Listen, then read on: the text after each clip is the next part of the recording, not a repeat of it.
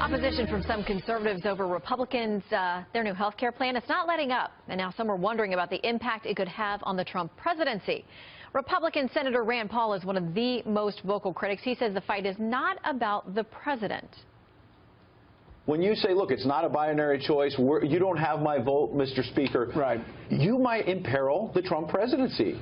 Well, no, not at all. Well, what if this all comes crashing down? I'm a big friend of the president. But this may come crashing down. And also, you won't meet anybody who dislikes Obamacare more than me. I'm a physician. I have lived Obamacare. It is a disaster. All right, let's talk about it with Dana Loesch, a nationally syndicated radio talk show host. Good to see you, Dana. Nice to see you, Shannon. Thanks for having me. You had a bit of a Twitter storm. You've been letting us know how you feel about this bill and how it's going down, and saying basically you think that the Republicans are risking the midterms in 2018 if they don't get this right. How much danger is there? I do. I think there's a lot of danger there, Shannon. And I want to reiterate, too, what Senator Paul said. But I want to take it a step further. I think it's an insult. It's an insult to the American people, and it's an insult to the Trump administration for Republicans, congressional Republicans, to deliver this bill to his desk. They are the ones who are endangering this new administration, and I can't bold, italicize, underline that anymore. In 2015, Jim Jordan had a fantastic bill that went way further than anything that this bill's doing, and it actually lowered prices instead of increasing prices, which is what this Obamacare 2.0 bill does.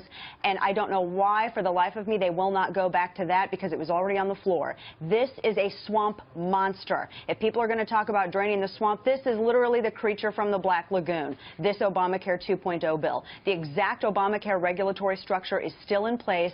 The penalty that must be paid to insurance companies is there.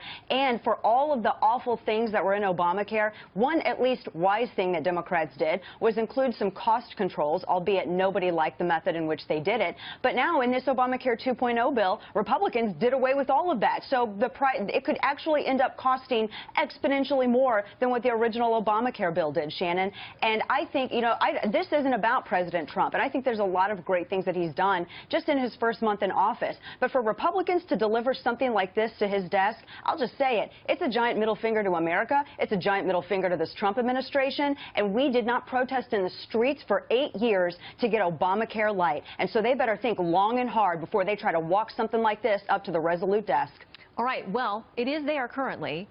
Senator Rand Paul has said that he thinks Speaker Paul Ryan is, quote, pulling the wool over the president's eyes about the bill, how well it's doing, about how much support it has.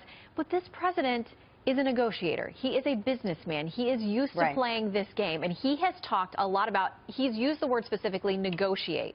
So do you think he knows, listen, we're going to come in with this project. They've worked really hard on it, but I am open to negotiating. This is not going to be the final product. Are you confident that there will be influence by those who, they hold the votes in their hands because the House GOP can't lose more than 21 and still get this thing moving? So do you think, listen, the president is smart enough to know there's going to be some give and take before this thing actually gets to the floor? Right. Well, I've never had faith in D.C., Shannon, but one thing that I think that we do have faith in is I think Trump has proven himself to be a really good negotiator. And I think it's kind of insulting to the president's intelligence for anybody in Congress to say, oh, well, we're just pulling the wool over his eyes. I mean, for crying out loud, he's been more successful than some of these people in Congress, so let's not talk down to him.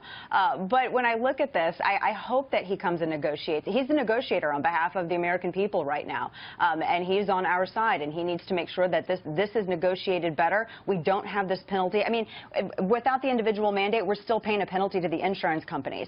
We still have subsidies in this. It's still the same regulatory structure, and we're concerned about the out-of-control spending that's going to be in this bill. There are so many other better alternatives. I don't know why they chose to jump on this landmine. So I would love, I mean, you know, look, I'm kittens and sunshine. I would love to see a negotiation take place. I would love to see something better for the American people. Because, and I'll tell you this too, Shannon. There is an alternative, and I think that Trump has another card here. He could say, you know what, don't do anything, which actually I think congressional Republicans should not do anything in place of doing this, because Obamacare is going to fail. It's already failing. Yeah, we're seeing insurance companies leave.